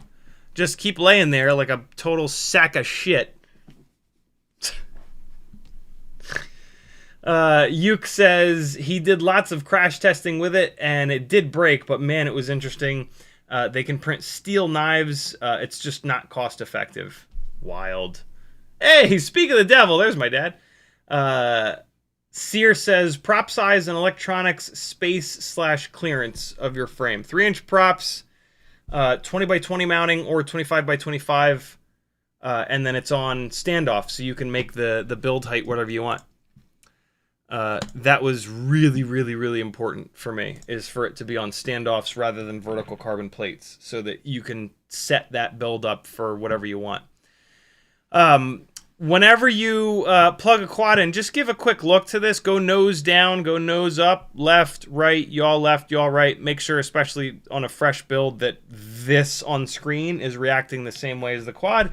If it gives you that warning that your accelerometer is not calibrated, put it as flat as you can on the desk. Click this button, give it a second, hold nice and still, and now you won't get that warning again. This is a BLV3. No, it's not. This is a BLV1. Ooh, old school. Okay. So, ports tab, this has an external ELRS receiver on it, and it looks like I already have it set up here. Serial RX on UART2 is turned on, so that's great. Configuration tab. I'm going to change the craft name. This is an F4 processor. I have no idea why this is on 8K PID loop. F4 processors cannot handle 8K PID loop. You only want 4K, so that's important to get that changed. D-Shot beacon configuration. You always want these turned on. This is your ESC beacon. The only time you want these off is if you have a physical beeper on there, which like nobody does. Air mode permanently enabled is totally fine. I'm going to turn that off because I have it set up on a switch. LED strip. If these BLV whatever AIOs have a couple of addressable LEDs on them. If you have no addressable LEDs, you might as well turn this off. And then OSD, of course, is turned on. Save and reboot, because I did make a couple changes. Reconnect. Double check it. There's my name. There's 4K. The CPU load just went from 67% down to 40%. That's where we want it to be, 50% or less, when the thing is just sitting here not screaming through the sky. Power and battery. This very cool little capacity field here is how you control when the MAH counter in your OSD starts flashing. This is a 75 millimeter 1.6 inch prop rig, and so typically this is going to be flowing on 450 MAH batteries, so I'm going to set that to 450. If it's a Whoop and you're going to be running high volt batteries, you want to make this maximum cell voltage at least 4.45, but realistically make it 4.5 just in case the battery gets slightly overcharged. And then your minimum and your warning cell voltage, that's on you. Put those where you want them. These are set a little too low for me, actually. These are set way too low for me. I like 3.1 and 3.4. I don't run my batteries all the way down. I'd rather the battery last longer and just land a little bit sooner and just change the battery out in 15 seconds that it takes. The rest of this stuff, hopefully you won't have to change unless your amps are reading wrong / MAH is reading wrong by the end of the battery, or the voltage is reading wrong. The voltage you can confirm with a multimeter. That's pretty easy. The amp scaling down here is way more annoying. My favorite way to set it is to just fully charge a battery, fly it, and look at what the MAH counter in the OSD says at the end.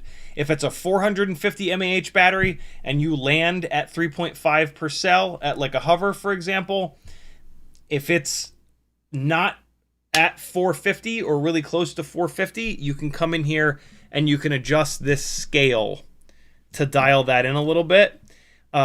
Just at that point, like if I was doing it here, I would change this 555 to 650, and then I would fly it again and see if it's better or worse.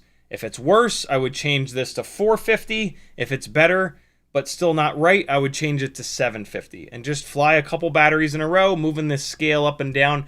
Don't move the scale up and down in the OSD on the quad. It doesn't affect anything. You have to change this amperage scale in Betaflight for it to actually do anything.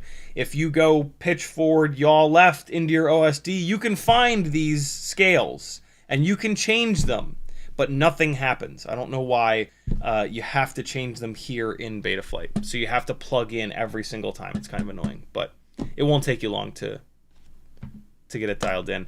Failsafe, the only change that I make here on tiny little can't hurt a fly quads is I move this period of time in stage 1 from 1.5 seconds to 3 seconds.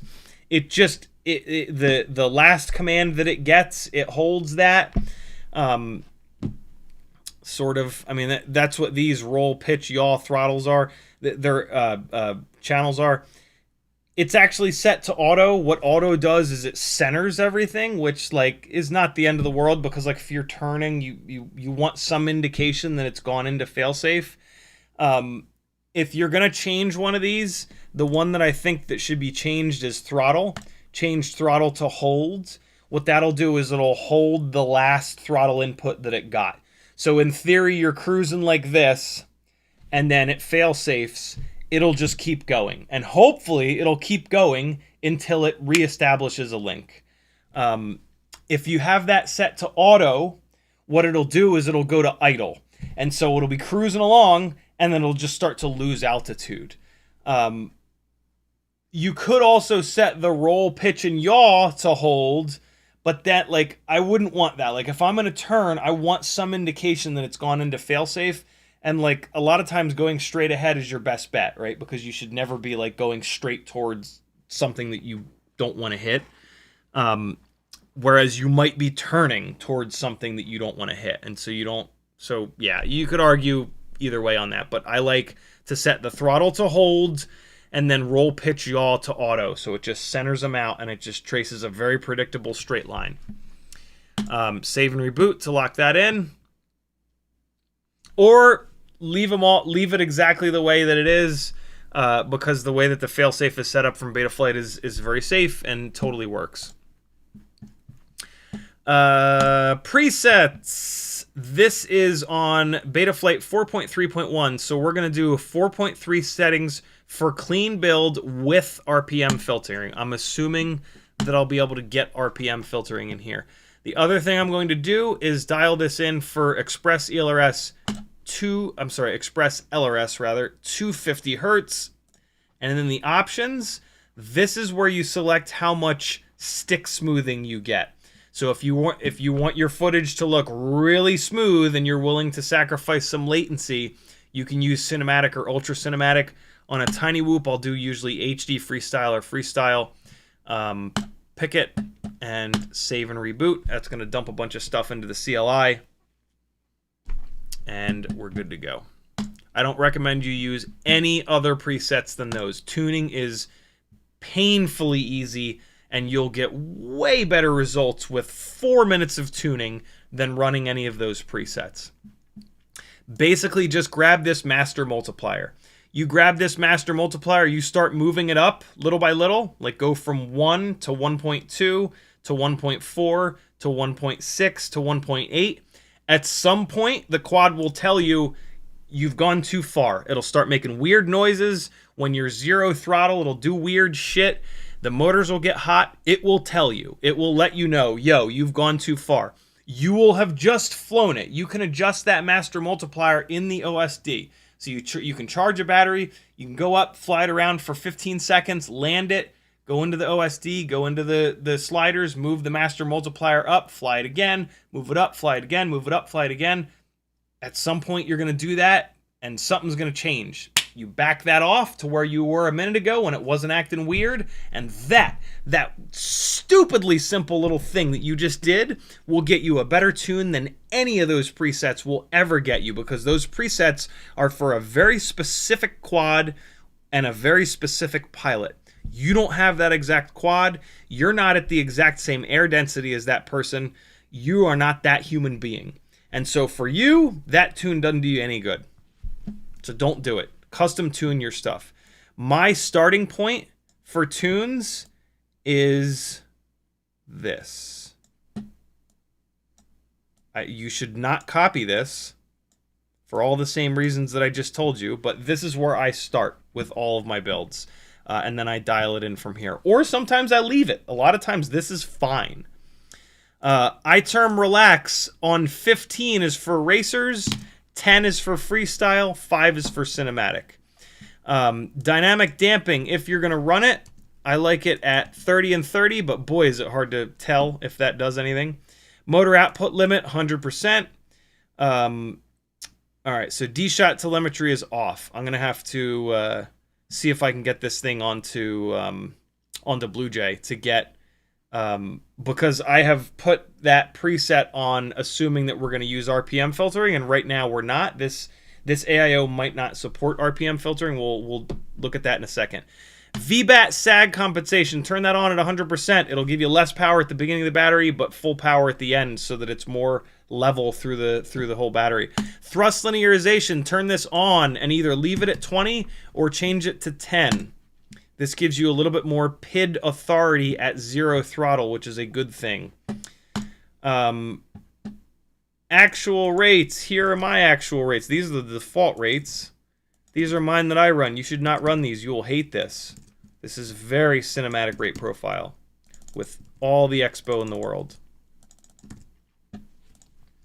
And then throttle mid and throttle expo you should not just turn on. You should fly it first and see where the midpoint is, where you're cruising, and then you do throttle mid. Don't just take a guess. Fly it first. Save it. Make sure the PID profile stuff saved. Yep. For the filters, the preset that we put in there dialed these filters in pretty good. I will usually, though, turn this on and just bring this D-term slider up to 1.2. That's usually very safe to do that. And then save it. Right now we've got no RPM filter in here. Let's see if we're going to be able to use an RPM filter on this rig. So we're going to go to esc-configurator.com. I'm going to grab a battery. I'm going to plug this battery in because that's what fires the ESC up. We're going to click connect in the top right, read settings in the bottom right. And now let's see what we got. BL Heli S 16.7. Good Lord. So we're going to go to flash all ESCs. We're going to drop this firmware down from BL Heli S to Blue Jay. And it looks like there is a Blue Jay version for this. We're going to use the most recent 0.21.0. And then for PWM frequency, we're pretty much always going to use 48. 96 sacrifices too much motor braking. 24 sacrifices too much power and efficiency. 48 is the best of both worlds. If you're on a 32-bit setup, adjustable high-low PWM of 24 to 48 is your best bet. Because you can get the braking of 24, but the efficiency of 48. 96 is just, it's just too much. And there's not, it doesn't, in some cases, it doesn't give you any extra power, or any extra runtime. But even if it does, it's not enough to warrant the negatives of it. 24 to 48 or just 48 is your go-to. So it looks like we got Blue Jay on here. There's no weird errors or messages, so we will be able to get RPM filter on, which is great. I'm just going to preemptively move these up a little bit. Not the best idea, but I'm in a little bit of a hurry, and I almost always do this, and it's fine. I'm not going to max them out, but I'm going to move them up a little bit. Motor timing, move that to medium. Roster did a bunch of testing and found that that's a little bit better than medium high. Beacon settings on a tiny whoop. The little ESC beepers are so quiet that you want to move these up to make them just a little bit louder. Beacon delay, set this to 2 minutes. If you plug it in and it sits there for 2 minutes with no inputs, it'll beep at you. You want it to. You don't want to leave it plugged in like that, not being flown with airflow. And that's it. Right settings. And away we go. Just give it a second here. Updating ESC for finish, so we're good. Disconnect. I'm going to leave the battery plugged in because I need to get the motors spinning in the right direction, which we're going to do in here. Motors tab.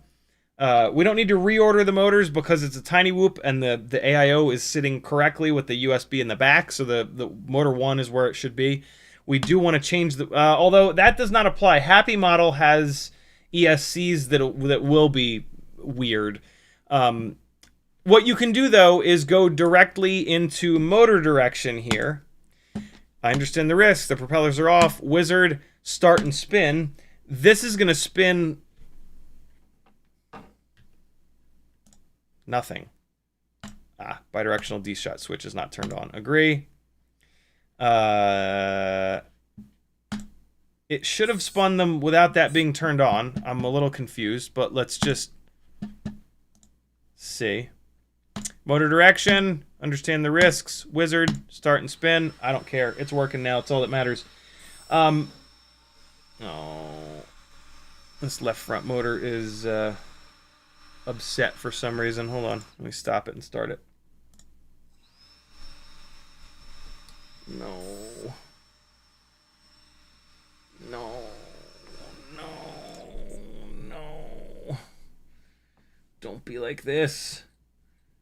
I direct soldered these motors. I can't have you not spinning, you bastard! Just moving the motor bell around, make sure it's not like bound up or anything weird like that. It looks like it's alright. Yeah, when I blow on it, it spins. Try it one more time. No!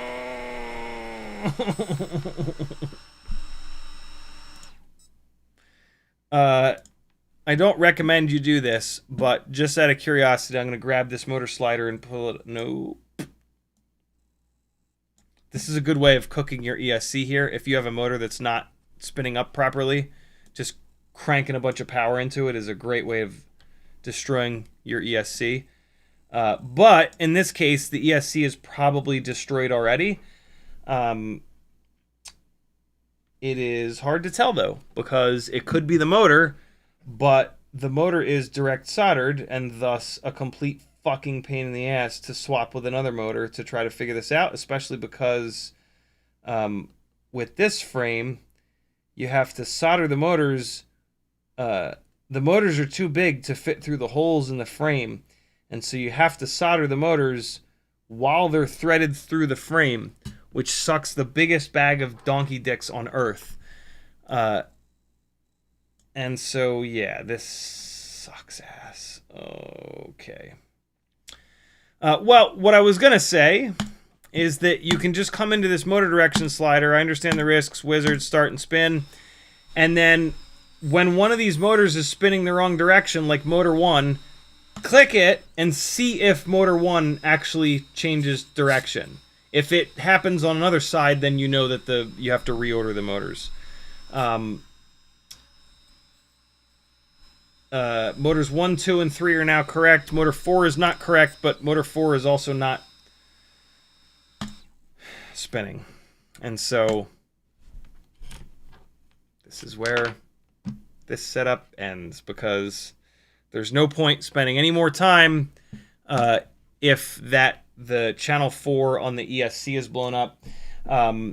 So at this point, what we need to do, and this is not startup related, I sat there with the slider on this motor and I cranked it up. That put plenty of power into this to get it spinning. This is either a blown up motor or a blown up ESC channel. And so the way to troubleshoot this is you remove this motor, you remove any other motor, you swap them, and you see if this channel is the one that's not spinning or if that motor is the one that's not spinning. I don't have any extra of these motors, and these are an old newbie drone motor that you can't get anymore. So, yeah. No matter what, this sucks. But there's like 80% of Betaflight setup with a whole bunch of tips and tricks that I hope you enjoyed and learned something from. Dannon says, thanks for explaining this stuff with Betaflight and ESC configurator. It heavily improved my flying experience. Love it, man. Brandon McBean says, motor direction wizard in 4.3 sucked for tiny motors. The newer firmware would use the throttle idle value to spin them up instead of something way too low like 4.3 did.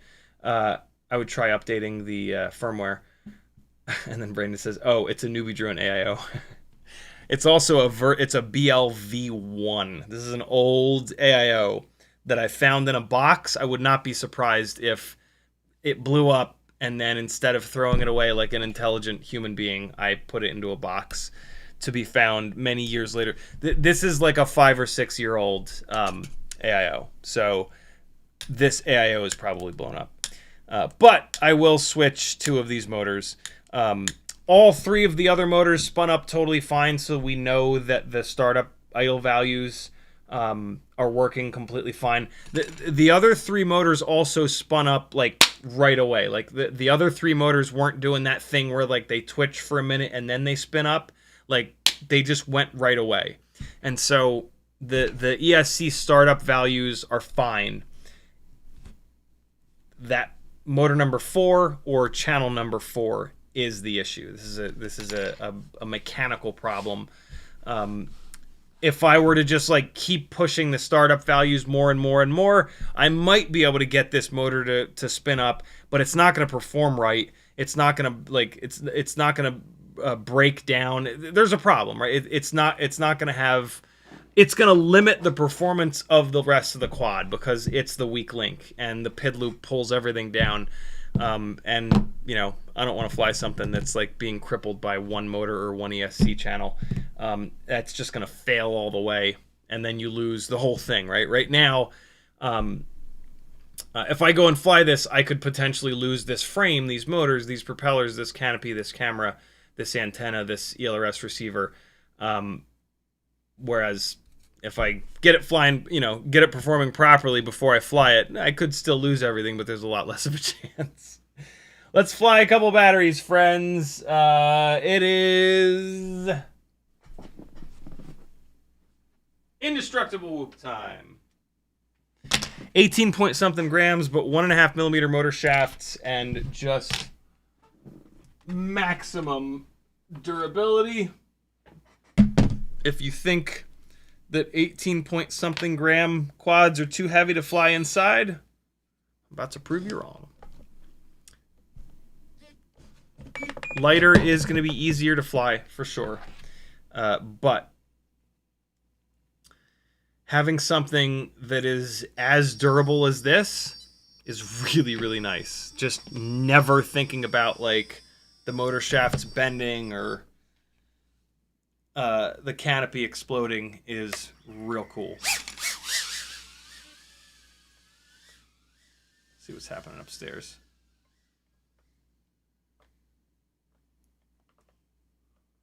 Oh God, why? We're on the chair. Come on. This is tough to get out of here. And there's a dog water bowl very close, so I'm going to be a little careful right now. I'm just going to disarm. There we go. Throw myself right for that dog bowl. Speaking of dog, there he is. Look, a dog and a child. Which one's cuter? The dog or the child? You know who gets my vote. Is he sleeping? This fat motherfucker's sleep. No, he's not. His eyes are open. Man, he don't give a shit about the whoops anymore. Oh, God. These 1219S props, I've been running these for weeks. They are bent for sure and need to be swapped out. Oh, newbie drone cube, you bastard! Hey. That wasn't very good. Ah! I just touched the ground. I'll do it out of here. That was pretty good. Aye.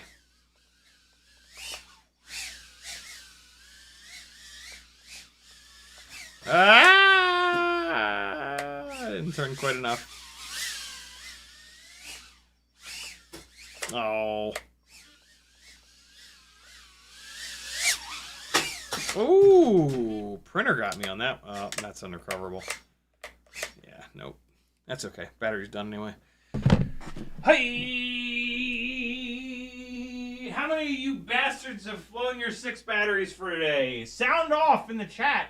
Sound off. That's what popular people say, right? Or is that just assholes that say that? A little bit of column A, a little bit of column B. Oh, God. All right, let's get into it. Mupshot says, what type of 60mm props have you found with 1.5 shafts? There's only 2 that are worth buying. The Gemfan 1210 biblades and the Gemfan 1216S tri-blades. I think there's only one other, which is an old Gemfan 1208 that's really heavy and has no pitch, so it makes no power. It's also not very well balanced, thus it not being even worth running. Whoa, that was a little weird. That was a very strange bounce that I did not expect. Oh, no. Don't fall back there. Yeah, good.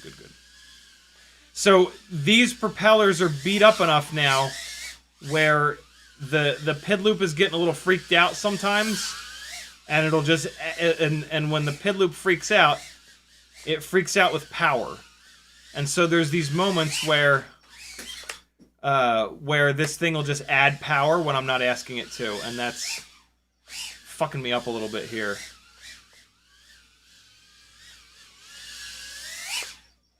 Woo!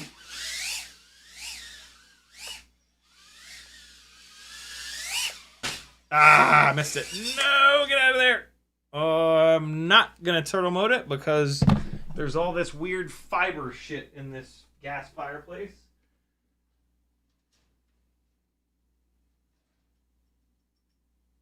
And like, it's like sand and shit. I don't know. It's weird stuff that I have turtle moded in before and made a massive mess. Alright. Hey. I'm having a hard time with, oh boy. Oh my god. Oh my god, dude. The old dick twist.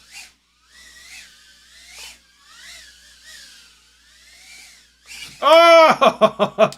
I've been trying to, like, really cork this out lately, where it's like, but it's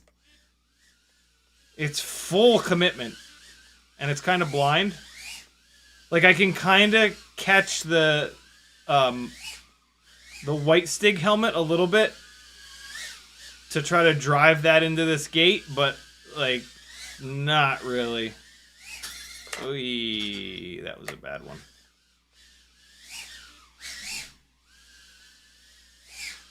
Woo! So, look, man, even at 18 point something grams with the Cockroach V3 frame, come on! Every time I hit, crash recovery was triggering and locking me out for a split second. And then by the time it gave me control back, I was,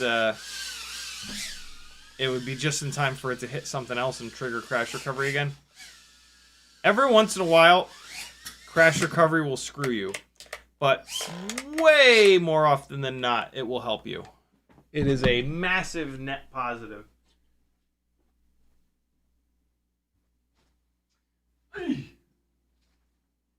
Whoosh. Moish. Alright. You didn't put the FPV. 1208 are okay, but you need the high KV. I actually thought it was pretty fun to have a bunch of throttle resolution on the 40K. Definitely the worst of the three. I like the biblades the most. I had problems with those 1208s not being balanced, is the main thing that I remember. But yeah, you're right. You got to put. I ran them way back when though, before we had these mega high kV motors. I would revisit them, but the 1219s are just good. Like the 1219s are just awesome. They're so much lighter. That being the other problem with the 1208s, they were a very very heavy prop, big thick bastard.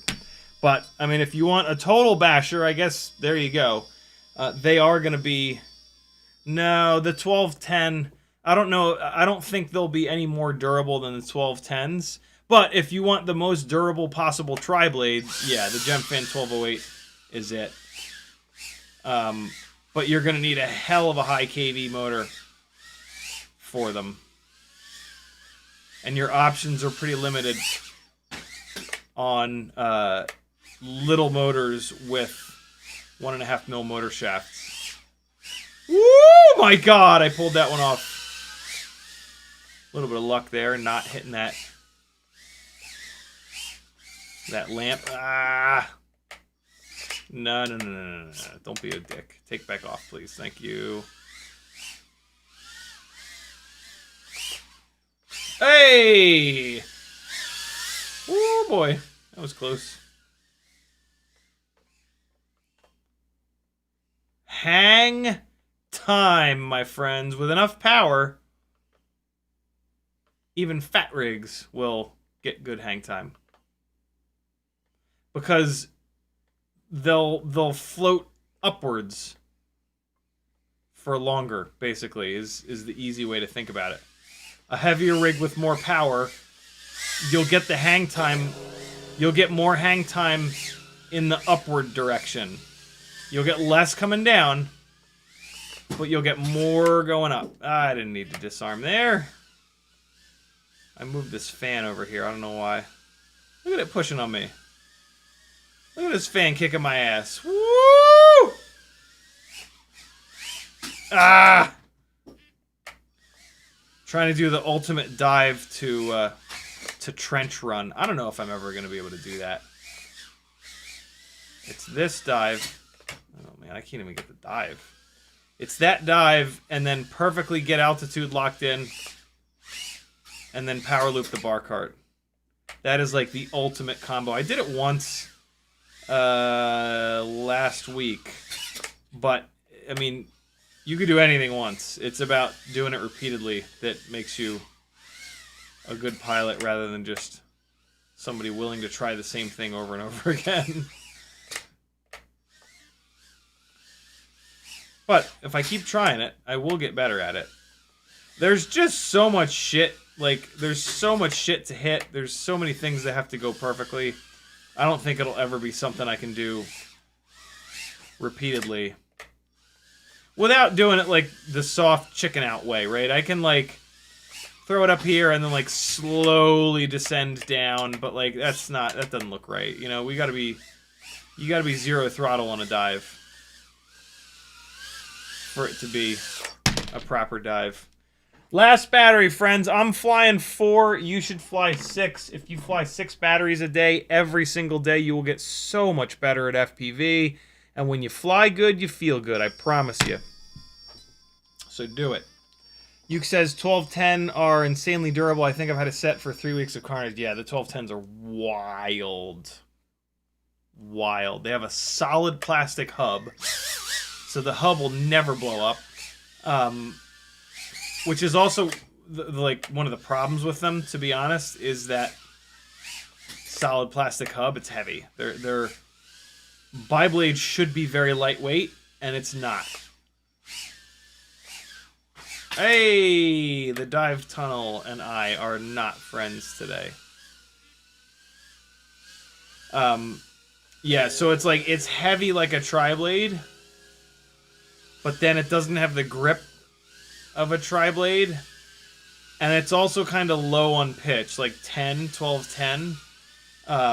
It doesn't make great power. The 1219 makes way more power than the 1210 does. Hey. Whoa, that was very close to my face.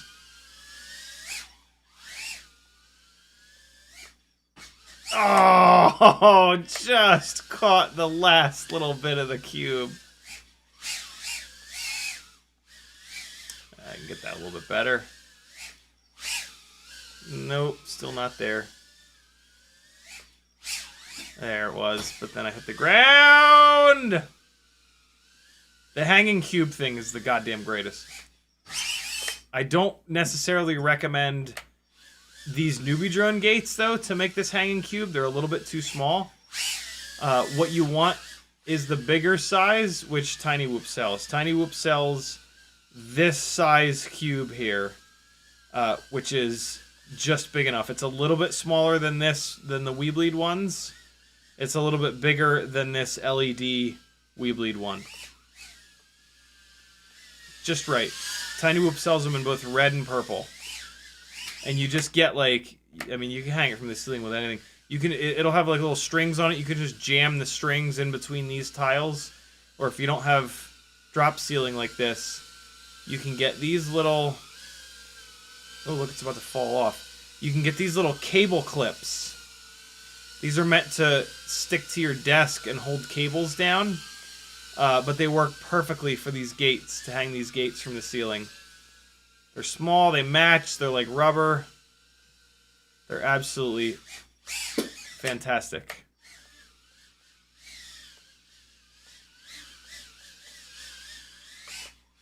We're gonna get mega runtime on this battery because I was just hovering for half the battery. Oh, not quite enough of a throttle blip to get it over the couch there. Oh, same deal. Oh, that fell in the garbage can. No, it didn't. Right next to the garbage. Hey, yeah.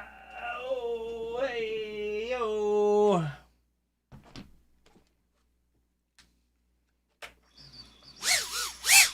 Last little bit of this battery, friends. Happy Father's Day.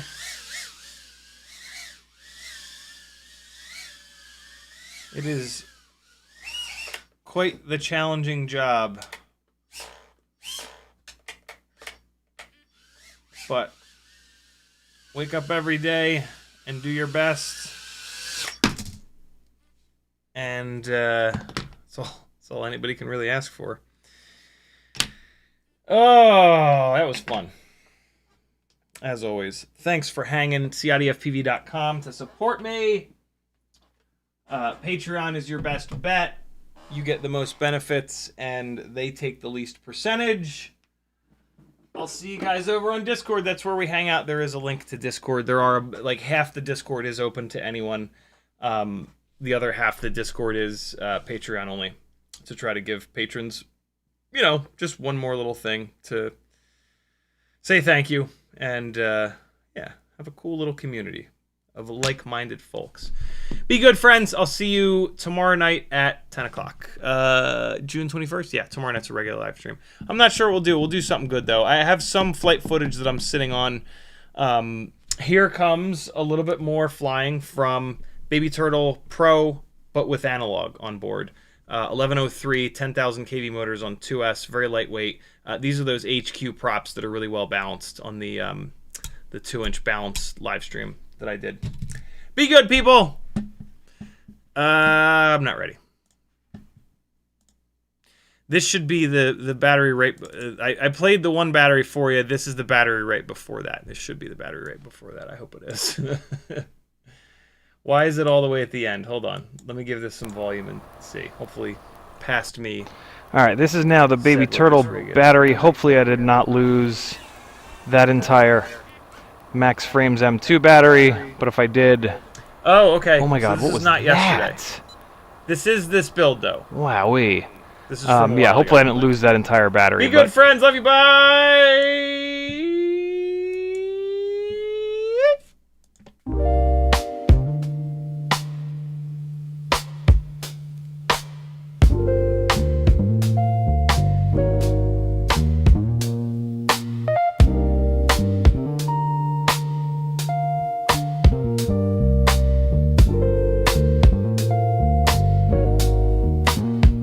Yeah.